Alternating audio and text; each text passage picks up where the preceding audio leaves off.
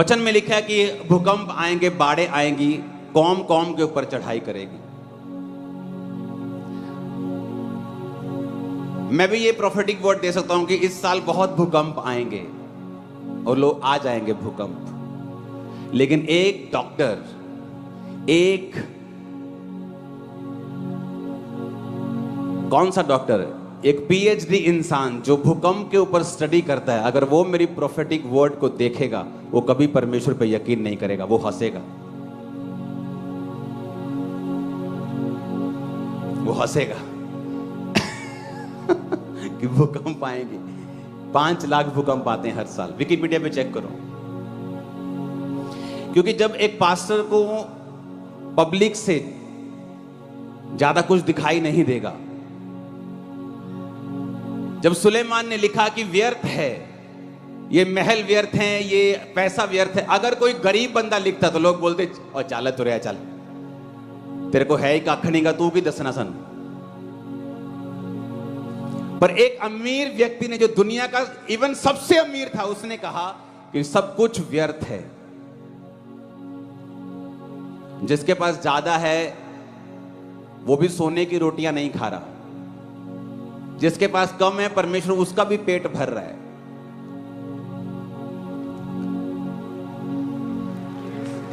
तो क्यों इतना दुखी हो रहे हो पैसे के लिए? इसको सिंगिंग से हटा दो।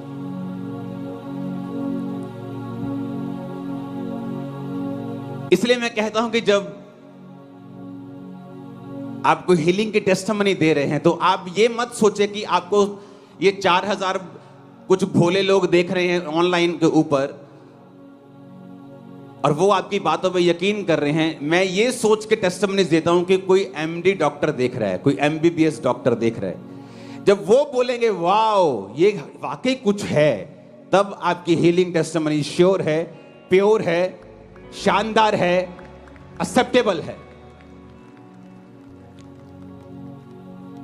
लेकिन जब आपके अंदर परमेश्वर के लिए कोई जिम्मेवारी नहीं होती है, आपको परमेश्वर के राज्य से कोई लेना देना नहीं है, क्योंकि आपको मालूम है कि अगर आप ऐसी बातें बोलेंगे तो लोग आपकी ओर खींचे आएंगे और लोग जाएंगे खींचे हुए, उसमें कोई दो राय नहीं।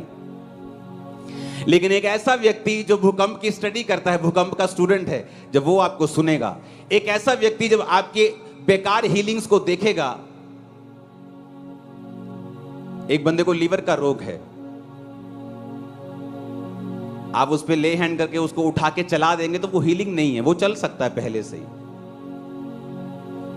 लेकिन अगर कोई चल नहीं सकता वो चले, वो हीलिंग है। आप उस लीवर के रोगी को भेजें, उसके टेस्ट करवाएं, उसकी रिपोर्ट लेके आएं, फिर टेस्टिमनी दें, क्योंकि आपको डॉक्टर्स देख रहे हैं। आज चर्चेस में क्यों लोग बोलते पास्टर कि हमारी चर्च में इफेक्टिव लोग नहीं हैं, असरदार लोग नहीं हैं? क्यों लोग बोलते हैं कि चर्च में सिर्फ अनपढ़ लोग जाते हैं, अंधविश्वासी जाते हैं? क्यों ऐसा बोलते हैं लोग? इन्हीं बातों की वजह से। जब आपकी प्रीचिंग, आपकी प्रोफेटिक, आपकी हीलिंग कोई सेंस नहीं रखती, क्योंकि आपका टारगेट कुछ और है, लेकिन जिनका टारगेट जीसस क्राइस्ट है, उसके किंगडम के लिए खड़े होना है, वो इन बातों में, नॉनसेंस में कभी नहीं जाएंगे। मैं आपको बता रहा हूं।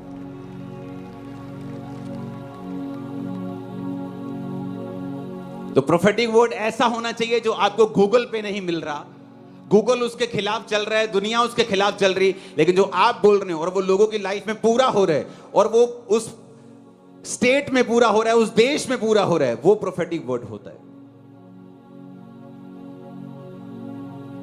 मैं यहां भी ये बोल सकता हूं कि इस गर्मियों में बहुत सारी बाढ़ें आएंगी और आ जाएंगी, आप देखना।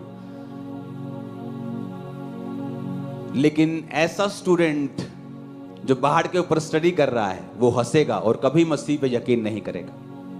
लेकिन जिस चर्च में वचन का प्रीच हो रहा होगा, जब वचन से बताया जाएगा कि जीसस क्राइस्ट का क्रॉस तुम्हारी हर एक मुसीबत का हल है, वो कभी शक नहीं करेगा और वचन से खींचा चला आएगा।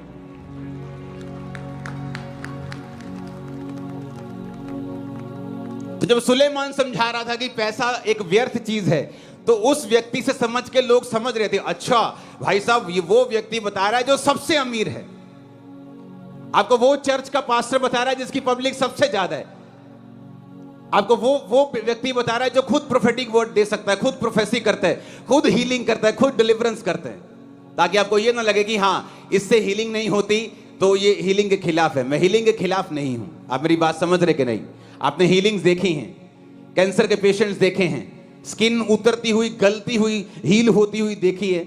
ऐसे पेशेंट जो कभी किसी डॉक्टर से हील नहीं हुए आपने देखे हैं, हाँ या ना? लेकिन जब एक व्यक्ति, जब एक बुक है अमेरिका में छपी थी, उस बुक का मतलब है कि घोड़ों की चरवाही करना। ये बहुत बड़ा पास्टर है, इसकी बुक बहुत लाखों मिलियंस कॉपीज उसकी बिकी, क्रिश्चियन बुक है। उसमें लिखा हुआ है कि आपकी चर्च में भेड़ें भी होती हैं और कुछ खास लोग भी होते हैं, ऐसे लोग जो सोसाइटी के ऊपर इम्पैक्ट रखते हैं। ऐसे लोग कभी इन फेक चीजों से आप उनको नहीं पकड़ सकते। आपको authentic healing, authentic prophetic power चाहिए और वचन की नॉलेज चाहिए, क्योंकि वचन जब प्रीच किया जाएगा कोई उस वचन को जज नहीं कर सकता। लोग झुकेंगे, लोग सिरों को झुकाएंगे, घुटनों को झुकाएंगे और जीसस क्राइस्ट को अपना खुदा मानेंगे। आप मेरी बातें समझ रहे कि नहीं? कितने समझ रहे हैं? क्योंकि अगर आपको पर्सनल जिम्मेवारी पता है कि आप जीसस क्राइस्ट को दिखाने के लिए खड़े हुए हैं, आपके ऊपर एक पर्सनल जिम्मेवारी है, तो आपका टारगेट सिर्फ पब्लिक नहीं होनी चाहिए। आपको वो लोग भी देख रहे हैं जो इस लाइन के हैं, कि अगर आपको कोई डॉक्टर देखे तो वो हंसे ना आपके ऊपर, अगर आपको कोई स्टूडेंट देखे तो वो आपके ऊपर हंसे ना, वो आपके वचनों को सुने। इसलिए अगर मैं यहां पे डॉक्टर्स को बुलाऊं अभी, तो डॉक्टर्स की लाइन लग जाएगी जो खामरा चर्च के 10 साल से मेंबर है, एमडी, एमबीबीएस, हर तरह के डॉक्टर, स्पाइन के, ब्रेन के, बहुत मशहूर डॉक्टर। आपको मालूम भी नहीं होगा, वो गुप्त में रहते, ज्यादा बताते नहीं, ज्यादा अपनी जॉब्स के कारण। क्योंकि अगर आपको ऐसे लोगों को चेंज करना है, आपको पूरी जिम्मेवारी के साथ परमेश्वर में चलना होगा। अगर आपको अपने परिवारों को चेंज करना है, आपको जिम्मेवारी उठानी होगी। Charity begins at home, Bible कहती है कि तुम्हारी सेवा घर से शुरू होती है। यीशु मसीह ने कहा जब पवित्र आत्मा तुम पर उतरेगा तो तुम सारे यरूशलेम, यानी पहले तुम लोकल लोगों को बचाओगे, फिर आगे जाओगे, फिर स्टेट में जाओगे, फिर देश में जाओगे, फिर देशों में जाओगे। इस तरह से परमेश्वर तुम्हें इस्तेमाल करेगा। लेकिन अगर तुम्हारी पर्सनल जिम्मेवारी जो परमेश्वर तुम्हें एज ए क्रिश्चियन दी है, तुम्हारी घर में खराब हो गई, क्योंकि तुम्हारे घर वाले जानते हैं कि तुम एक झूठे हो, तुम बात बात पे झूठ बोलते हो, तुम्हारी गवाही खराब हो चुकी है। तुम्हारे पति को मालूम है तुम झूठी हो, तुम्हारे पत्नी को मालूम है तुम बात बात पर झूठ बोलते हो। तुम ऐसी कौन सी आपके फोन में चीज है जो आपकी पत्नी आपका फोन नहीं देख सकती? ऐसा कौन सा शैतान बैठा है आपके फोन के अंदर कि आपका पति आपका प्राइवेट फोन नहीं देख सकता? मेरे बच्चे, मेरे स्टाफ सब मेरे फोन के कोड को जानते हैं। 2-2 दिन कई बार फोन कहीं पड़ा रहता है। ऐसी कौन सी चीज है? अगर आपके घर में गवाही खराब है, आप पब्लिक को कैसे बचा सकते हैं? जीसस क्राइस्ट ने कहा जो व्यक्ति घर का इंतजाम नहीं कर सकता, अपनी वाइफ से अच्छी तरह से नहीं रह सकता, अपने बच्चों का इंतजाम नहीं कर सकता, वो कलीसिया की रखवाली क्यों कर सकता है? अगर आप पर्सनल जिम्मेवारी समझेंगे तो परमेश्वर आपको सिर्फ चर्च ही नहीं देता, वो आपको इतनी इज्जत देता है और ऊंचा करता है और आपको अनटचेबल करता है कि लोग उंगली उठाएंगे और निराश हो जाएंगे और दुखी हो जाएंगे और पीछे हट जाएंगे। मैं आपको बता रहा हूं, क्योंकि अगर आप परमेश्वर के वचन को जानते हैं कि आप परमेश्वर के वचन के लिए खड़े हैं, आप किसी इंसान को खुश करने के लिए नहीं खड़े। हालेलुया। अगर आप हीलिंग कर रहे हैं वो ऑथेंटिक हो, वो नॉनसेंस ना हो। अगर आप प्रोफेटिक वर्ड दे रहे हैं तो वो पावरफुल हो, वो ऐसा हो कि लोग जान जाएं कि परमेश्वर यहां मौजूद है। अगर आप वचन दे तो ऐसा हो कि लोगों के हृदय छिदें, उन्हें मालूम हो बाइबल कहती है जब पवित्र आत्मा तुम पे आएगा तो वो लोगों को निरुत्तर करेगा, कि जब आप वचन सुनाएं तो लोगों को मालूम होना चाहिए कि आज परमेश्वर का आत्मा मुझसे बात कर रहा है, वो मुझे निरुत्तर कर रहा है, वो मुझे पर्सनल जिम्मेवारी दे रहा है कि जाओ अपने घरों में अपनी गवाहियों को सेट करो, अपने दोस्तों के सामने अपनी गवाहियों को सेट करो। आपके दोस्त को मालूम है कि आप पॉर्न पिक्चर्स देखते हैं, आप ब्लू मूवीज देखते हैं, आपकी टेस्टिमनी खराब हो चुकी है आपके दोस्त के सामने, और जब आपके दोस्त के सामने आपकी गवाही खराब हो चुकी है, परमेश्वर कभी आपको ब्लेस नहीं करेगा। वो ब्लेसिंग जो परमेश्वर की ओर से होगी कभी आप पे नहीं आएगी। आप गाड़ियों के कोठियों के मालिक तो हो सकते हैं, लेकिन वो सच्ची शांति और वो अनंत जीवन जिसके लिए प्रभु ने आपको बुलाया, आप उसे कभी हासिल नहीं कर सकते। आपके दोस्त को मालूम है आपकी गर्लफ्रेंड है, आपके दोस्त को मालूम है आप ब्लू पिक्चर्स देखते हैं, आपकी सहेली को मालूम है कि आप किस तरह की हैं, आपकी गवाही खराब हो चुकी है, आपकी गवाही करप्ट हो चुकी है।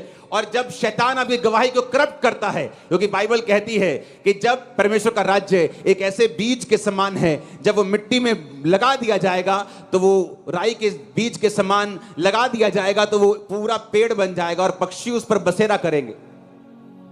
उसका मतलब यह है कि तुम्हें परमेश्वर एक गवाही देगा। वो छोटी सी गवाही हो सकती है, वो सिर दर्द की गवाही हो सकती है, नशों की गवाही हो सकती है। परमेश्वर कहता है उस गवाही को बना के रखना।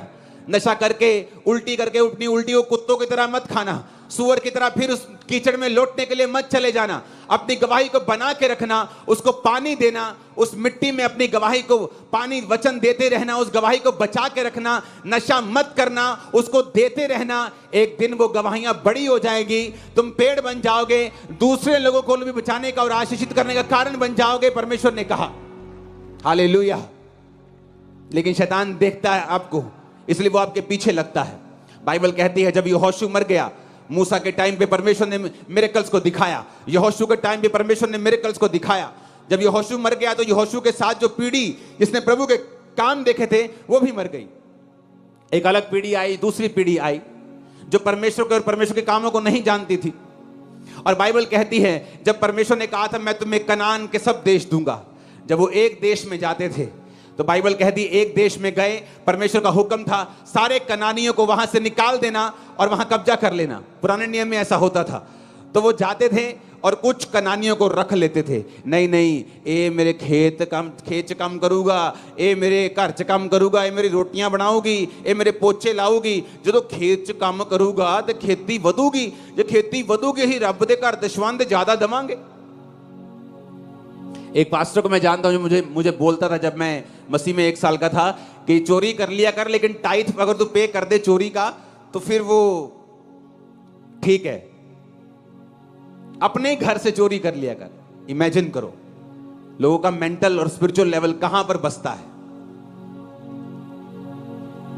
तो परमेश्वर ने कहा पूरों को निकालना, लेकिन क्या हुआ, थोड़े थोड़े रख लिए। चलो जी पानी भरने के काम आएंगे, कुआं खोदने के काम आएंगे। धीरे धीरे धीरे क्या हुआ, जब वो लोग मर गए और अगली पीढ़ी पैदा हुई, वो उन्हीं के देवताओं की बाइबल कहती उपासना करने लगी। अपनी किसी की लव मैरिज हो गई कि काम करता है लेकिन उसकी बेटी सुंदर है, लव मैरिज हो गई, उसके बेटे से लव मैरिज हो गई, लिखा उनमें शादियां होने लगी, उनके देवताओं की वो उपासना करने लगे। और वचन में लिखा है परमेश्वर ने कहा था कि जब तुम मेरी वाचाओं से मुड़ जाओगे, मैं तुम्हारे शत्रुओं को आज्ञा दूंगा कि वो तुम पर कब्जा करें और तुमसे काम करवाएं, तुम्हारे बीजों को खा जाएं और तुम बेचैन रहोगे। और सारे वचन उनकी लाइफ में पूरे होने लगे। रीजन ये कि परमेश्वर की आज्ञाओं को माना नहीं। अगर उनको निकाल दिया होता पूरी तरह से, ना वो वहां पे होते, ना उनके बच्चे उनकी लड़कियों से लड़कों से शादी करते, ना वो फंसते, ना वो दुश्मनों के अधीन होते। क्योंकि शैतान जो काम करता है वो धीरे धीरे करता है, वो एकदम से काम नहीं करता। वो बड़ा इतना पेशेंस अगर क्रिश्चियन लोगों की लाइफ में आ जाए ना, शैतान जितना वो सफल हो जाए। मैं बता रहा हूं, आप तुम्हारे घर चराएंगे, तुम्हारे पशुओं को चराएंगे, कहां तुम लेबर ढूंढते फिरोगे। रहन दो इनको, कोई बात नहीं, ये कौन सा कुछ कर रहे हैं, ठीक है रहन दिया। 40 साल बीत गए, 50 साल बीत गए, एक पीढ़ी मर गई, जो दूसरे बच्चे पैदा हुए, ना यहोवा को जानते थे, ना वचन को सुना था कभी इतना, ना मिरेकल्स को देखा था, उनकी बेटियों से उनके बेटों से शादी करने लगे और फंस गए। जब वो फंस गए, उनके देवताओं की उपासना करने लगे, तो वचन कहता है कि परमेश्वर ने मोआब देश, वो देश जो इजराइल की ओर देखते तक नहीं थे, इतना डरते थे, उन पर जाकर कब्जा करने लगे और शैतान उन पर कब्जा करने लगा। शैतान आपके ऊपर कब्जा नहीं कर सकता जब तक आप परमेश्वर के वचन से नहीं हटते हैं, जब तक आप परमेश्वर के वचन को नहीं तोड़ते हैं। शैतान आपके ऊपर लीगली कोई अधिकार नहीं रखता अगर आप परमेश्वर के वचन के अंदर खड़े हैं तो।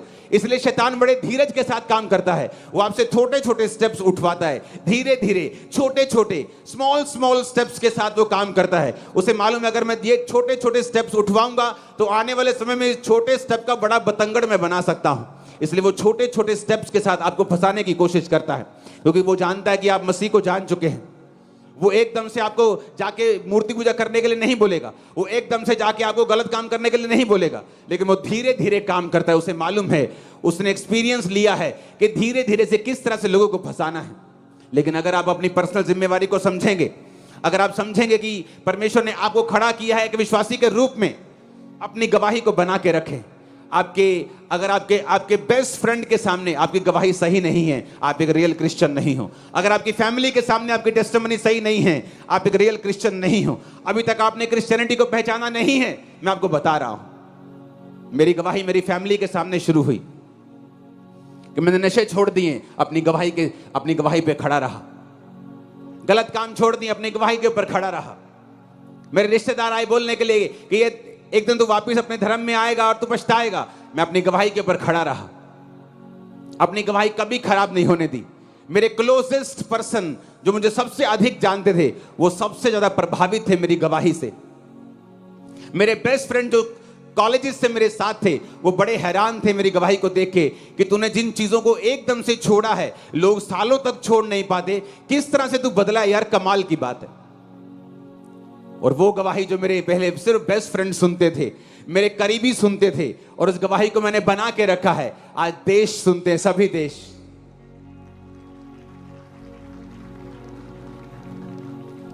अस्सी देश इस वचन को सुनते हैं हर हफ्ते। 80 भी मैं पुराना आपको रिकॉर्ड बता रहा हूं। कहां से शुरू हुआ? मेरे बेस्ट फ्रेंड से।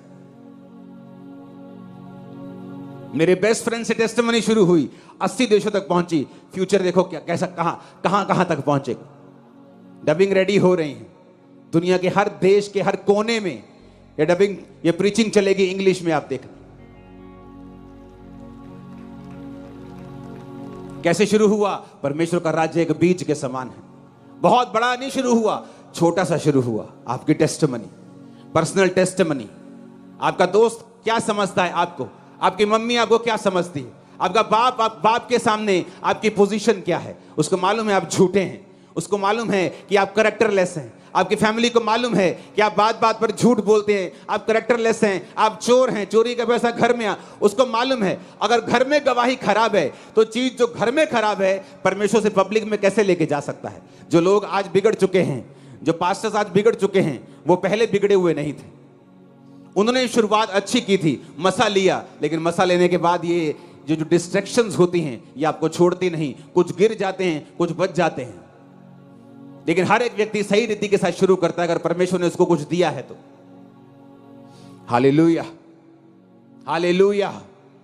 अपनी पर्सनल जिम्मेवारी को सुनें और समझें और ध्यान रखें। अगर आपके पड़ोसी को मालूम है कि आप एक चुगली करने वाली औरत हैं, आप हर तरह की चुगली अपने पड़ोसी से करती हैं, तो किस मुंह से आप जाके उसे बताएंगी कि जीसस क्राइस्ट माफ करने वाला परमेश्वर है, जीसस क्राइस्ट ऐसा करने वाला परमेश्वर है। क्योंकि आपकी टेस्टिमनी आपके पड़ोसी के सामने खराब हो चुकी। आप गालियां निकालने वाले हैं, आप लड़ने वाले हैं, झगड़ने वाले हैं, आप हर तरह का काम करते हैं। आप किस तरह से अपने पड़ोसी को कल जीसस क्राइस्ट के बारे में बताएंगे? जब तक आप अपने जीवन को अपने कर्मों से साबित नहीं कर देंगे अपने पड़ोसियों को, अपने करीबियों को, तब तक परमेश्वर की लाइफ में काम नहीं करेगा। उनको नजर आना चाहिए कि विजिबल फर्क, एक ऐसा फर्क जो नजर आए आपकी लाइफ में, आपकी फैमिली में, आपके फाइनेंस में। इसलिए मैंने कहा ये फाइट है, आपकी फाइट होनी चाहिए कि मेरा फाइनेंस लो है, लेकिन परमेश्वर मैं तेरे वचनों पे चलूंगा, अपने फाइनेंस को हाई करूंगा, ताकि जितने लोग मुझे देख रहे हैं ये देखें कि परमेश्वर ने मुझे ब्लेस किया है और लोग तेरी ओर मुड़े। जब आप पर्सनल जिम्मेवारी के साथ प्रभु में चलना शुरू कर देंगे, वो आसमान खोल देगा आप लोगों के लिए, हेवन ओपन कर देगा आपके परिवार के लिए, हेवन ओपन कर देगा आपके फाइनेंस के ऊपर। हर तरह की बरकत आपकी फैमिली में, लाइफ में होगी। आमीन ऊंचा, और ये आशीष आपकी हो। Hallelujah, hallelujah. इसलिए परमेश्वर ने मुझे हमेशा कंप्लीट गॉस्पेल देने के लिए कहा है। सिर्फ हीलिंग डिलीवरेंस सिर्फ वचन नहीं, हर एक चीज को कंप्लीट देने के लिए बोला है। क्योंकि ऐसे लोग हैं जो कुछ मायने रखते हैं, ऐसे लोग हैं जो किसी भी चीज को इनकार कर सकते हैं, हीलिंग को फेक बोल सकते हैं, प्रोफेटिक को फेक बोल सकते हैं, लेकिन जब वचन उनको दिया जाता है वो इसको फेक नहीं बोल सकते, क्योंकि वो वैक्यूम, वो खालीपन जो उनके अंदर है, उसे जीसस क्राइस्ट के अलावा दुनिया की कोई ताकत और पैसा, कोई औरत, कोई मर्द उसे भर नहीं सकता। वो सिर्फ जीसस क्राइस्ट भर सकते हैं। जब उन्हें ये वचन मालूम होता है, वो कोई भी हो, वो डॉक्टर हो, इंजीनियर हो, वो पॉलिटिशियन हो, वो बड़े लोग हो, अमीर लोग हो, वो परमेश्वर की ओर खींचे चले आते हैं। इसलिए अब मोस्टली अगर आप देखेंगे दुनिया में जितने हाई लेवल के कोई बहुत अमीर व्यक्ति बचा है, अगर आप उसकी लाइफ को, टेस्टिमनी को सुनेंगे, 90% लोग वचन के द्वारा बचे मिलेंगे आपको। 99 जो वर्ड से बचे हैं, 10% लोग हीलिंग से, डिलीवरेंस से बचे। लेकिन वचन पढ़ने को टाइम कहां है?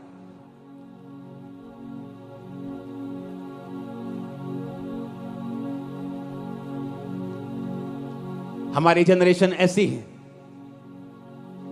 वो प्रभु को बोलते, प्रभु मुझे छुड़ा, मुझे छुड़ा, मुझे छुड़ा। और जब परमेश्वर मूसा जैसे लोगों को हमारे बीच में भेजता है तो प्रभु को बोलते हम क्यों भेजा, क्यों भेजा, क्यों भेजा। जब मूसा निकल जाता है तो फिर बोलते प्रभु छुड़ा, प्रभु छुड़ा। जब ये होशू आता है बोलते क्यों भेजा, क्यों भेजा, क्यों भेजा। हमारी जनरेशन ऐसी है। हम एक फेक जनरेशन के बीच में रहते हैं, जिसे इंटरनेट से डर लगता है, जिसे ट्रोलिंग से डर लगता है, जिसे इंटरनेट की दुनिया असली लगती है।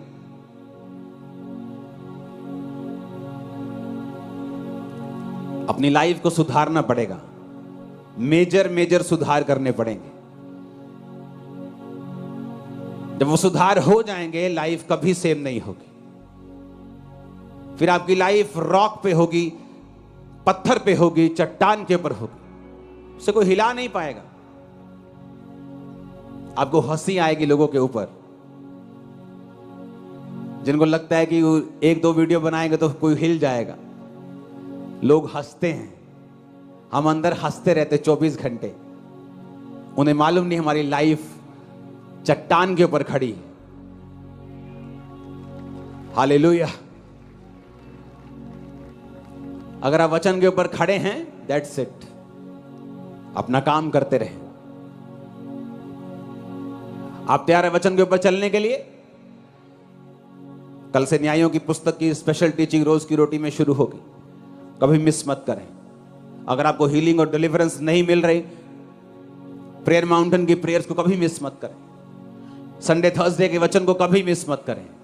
ये आपकी स्पिरिचुअल खुराक है, आपको जगा के रखेगी। आज के बाद